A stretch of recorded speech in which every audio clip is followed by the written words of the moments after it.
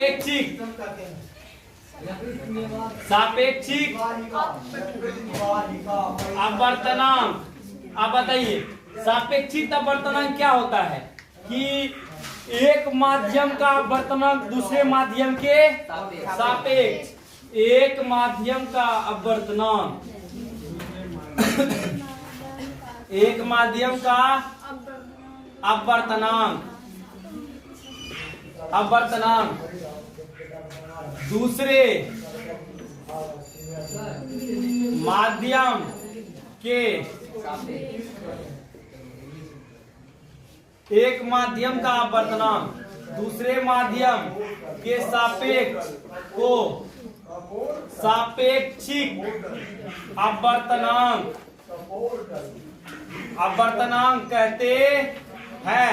अब बताओ अगर जो हम लिखे म्यू जी ए निरपेक्ष अपवर्तनांक की सापेक्ष अपवर्तनांक, म्यू जी ए निरपेक्ष की सापेक्ष, निरपेक्ष क्योंकि इसमें किसके सापेक्ष दिया है, हवा के सापेक्ष। अगर जो हम यहाँ पे दे म्यू जी डब्ल्यू तो बताओ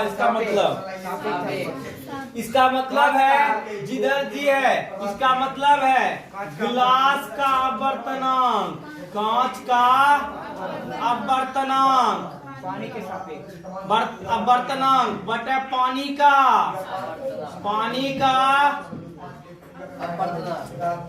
अपवर्तनांक।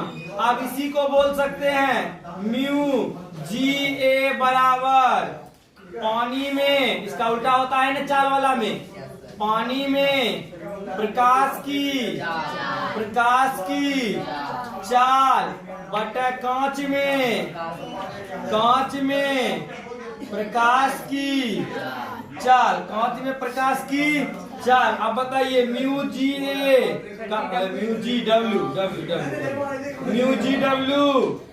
डब्ल्यू का मान पानी में प्रकाश की चाल अभी तुरंत बताए है कोई वीर हमको जो बता सके पानी में प्रकाश की चाल कितना होता है। हाँ वीर सब है, बोलिए भी। 2.25 into 10 to the power 8 metre पर कांच में कितना होता है 2 गुना 10 के पावर 8 मीटर पर सेकंड से मीटर पर सेकंड, 10 के पावर 8 से 10 के पावर 8। अब कितना हो जाएगा म्यू जी डब्ल्यू बराबर 2.25 इंटू 2 हो गया ना, 0.2 लाएंगे 200 होगा, 5 से 5 चौका 20 25 5 चौका 20 हो गया ना, 9 पचे 45 8 पंचे 40 कितना हो गया 9 बटे 8। आप बताइए म्यू जी डब्ल्यू का मान कितना हो गया 9 बटे 8। मतलब इसका क्या मतलब है गिलास का अपवर्तनांक किसके सापेक्ष, पानी के सापेक्ष। मतलब एक माध्यम के का अपवर्तनांक यहाँ पे हवा के सापेक्ष था कि दूसरा माध्यम के सापेक्ष था, माध्यम के सापेक्ष। हवा के सापेक्ष रहेगा तो निरपेक्ष, अब माध्यम के सापेक्ष रहेगा तो सापेक्ष। समझ में आ रही है बातें। तो ये सापेक्षिक अपवर्तनांक क्लियर है, क्लियर रही है। अगर जो हम तुमको दे बोलेंगे म्यू डब्ल्यू, हम तुमको बोलेंगे म्यू डब्ल्यू जी बना के दिखाओ, बना के दिखा देगा म्यू डब्ल्यू जी हो जाएगा, डायरेक्ट हो जाएगा। कितना हो जाएगा 8 बटे, अरे किसी बार उसी को उल्टा कर देंगे, दिक्कत क्या है, उसी को उल्टा कर देंगे एक बार। अगर जो ऐसे भी बनाएंगे तो उतना ही आंसर आएगा। तो अब आता है दैनिक जीवन में रिवाइज करके, दैनिक जीवन में अपवर्तन, दैनिक जीवन में अपवर्तन की घटना, दैनिक जीवन में अपवर्तन की घटना। हमारे दैनिक जीवन में अपवर्तन की घटना कैसे कैसे होता है अब बताओ। अपवर्तन के कारण सूर्य हमको आभासी स्थान पर दिखता है, अपवर्तन के कारण सूर्य हमें आभासी स्थान पे दिखता है। अपवर्तन के कारण सूर्य हमें आभासी स्थान पर दिखाई देता है।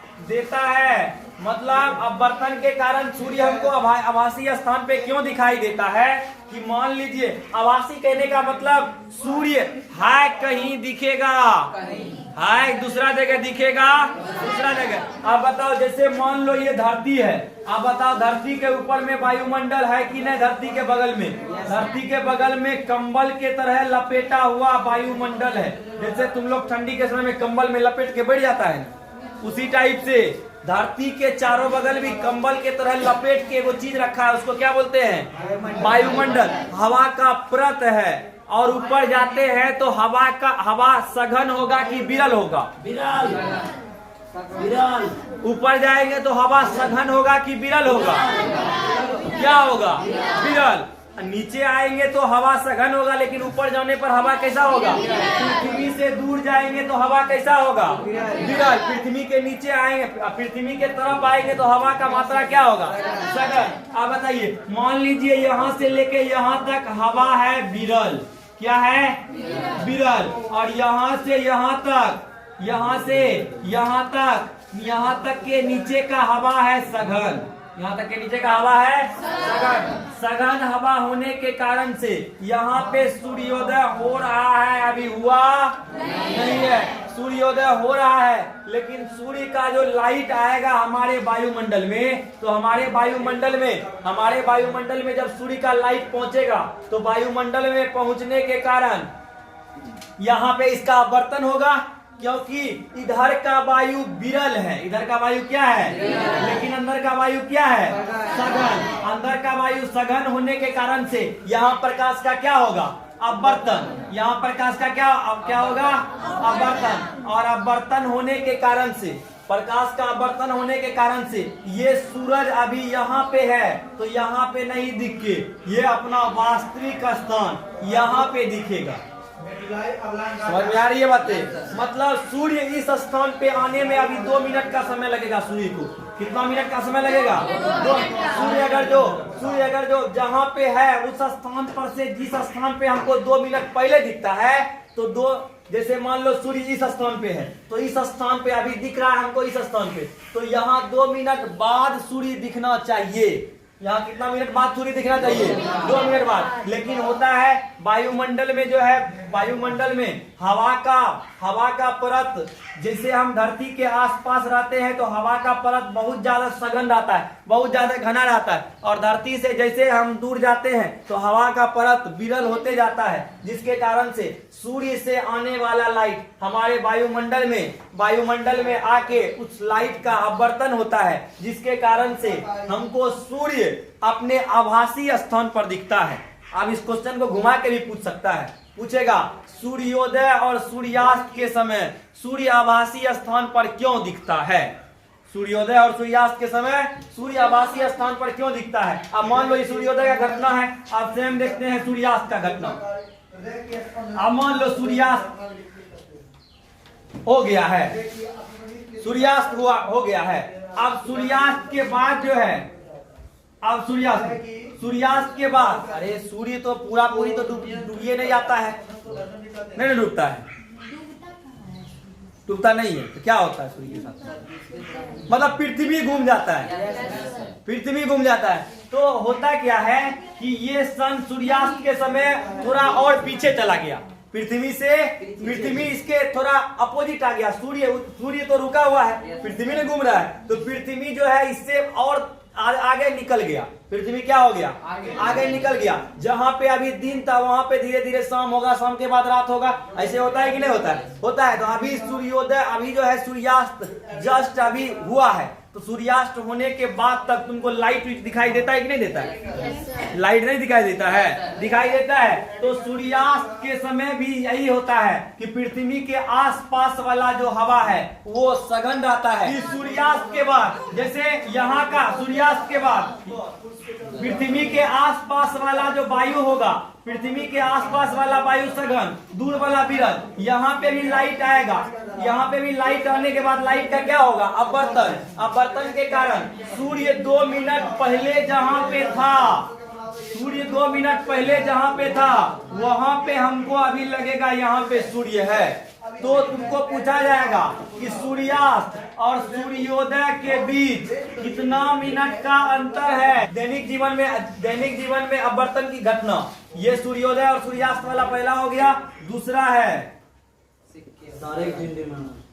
सिक्के का आभासी स्थान पर दिखना। मान लो एक बाल्टी है, एक बाल्टी में हमने पानी डाल दिया है और पानी में हम यहाँ पे सिक्का डालेंगे। पानी में सिक्का डाले तो अब बताओ, ये जब लाइट यहाँ से चलेगा तो यहाँ पे आएगा, यहाँ आने के बाद हम एक नॉर्मल डालेंगे। अब लाइट विरल सघन से विरल में जा रही है तो अभिलंब के क्या हो जाएगा? अभिलंब के दूर भाग जाएगा। अभिलंब से दूर भाग जाएगा और अभिलंब से दूर भाग जाने के कारण से अगर जो हम देखेंगे ये लाइट कहाँ से आ रहा है? ये लाइट तो आ रहा है इधर से, लेकिन अगर इसको पीछे बढ़ाएंगे तो ये हमको लगेगा लाइट यहाँ से आ रहा है। ये लाइट यहाँ से आ रहा है, जिसके कारण से हमको लगेगा ये सिक्का जो है यहाँ पे है, लेकिन रियली ये है नहीं, ये सिक्का नीचे है। तो सिक्का हमको उठा दिखता है क्या चीज के कारण से? प्रकाश के अपवर्तन के कारण से।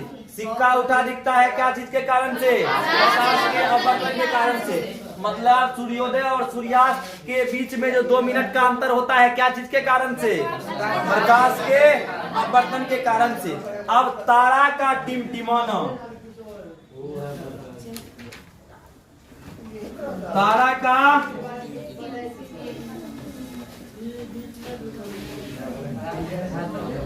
तारा हमको टिमटिमाते हुए दिखता है। टिमटिमाना समझती है? टिमटिमाना समझती है? चुक भुक मतलब, हाँ, तो वो लड़ी जैसे होता है। दिवाली में तुम लोग लड़ी जलाया होगा तो लड़ी चुक भुकाता है ना, तो चुक भुकाना को हम लोग बोलते हैं टिमटिमाना। तो चुक भुकाता जो है उसमें से हमारे आंख तक क्या होता है कि अलग अलग तरंगदैर्घ्य का कारण से हमको लगता है कि तारा टिमटिमा रहा है। नहीं समझा? एक बार और समझो। देखो, सूर्य की तुलना में तारा हम लोग से नजदीक में है कि दूर में? दूर में है। अब दूर में होने के कारण से तारा से जो लाइट आएगी तो उसकी तीव्रता, लाइट का जो तीव्रता है, उसका जो शक्ति होता है, जितना गर्मी सूर्य के नजदीक जाएगा उसमें ज्यादा गर्मी लगेगा कि हमको दूर जाएंगे तब ज्यादा गर्मी लगेगा? नजदीक जाएंगे तब ज्यादा। अब बताओ, सूर्य के दूर से मतलब तारा भी तो, जो तारा से लाइट आ रहा है वो भी तारा तो किसी न किसी सोलर सिस्टम का सूर्य है ना। तो उससे लाइट आया, आने के बाद बहुत किलोमीटर का दूरी तय किया। दूरी तय करने के बाद इसका स्पीड में परिवर्तन हो जाता है, मंद गति पड़ जाता है। तो हमारे वायुमंडल में आने के बाद इसका अपवर्तन होता है। अपवर्तन के बाद हमारे रेटिना पे कभी कम लाइट आती है तो कभी ज्यादा, जिसके कारण से तारा कैसा लगता है हमको? टिमटिमाता हुआ। कैसा लगता है? टिमटिमाता हुआ। तो ये है हमारे दैनिक जीवन में अपवर्तन का उपयोग। कल लेंस पढ़ाएंगे। लेंस फॉर्मूला जो है, लेंस फॉर्मूला सब पढ़ा देंगे। कल लेंस अपवर्तन खत्म, पूर्ण आंतरिक परावर्तन कल 1.5 घंटा का क्लास चलेगा। 1.5 घंटा मेरा चलेगा। 1.5 घंटा में कल जो है अपवर्तन खत्म हो जाएगा क्या?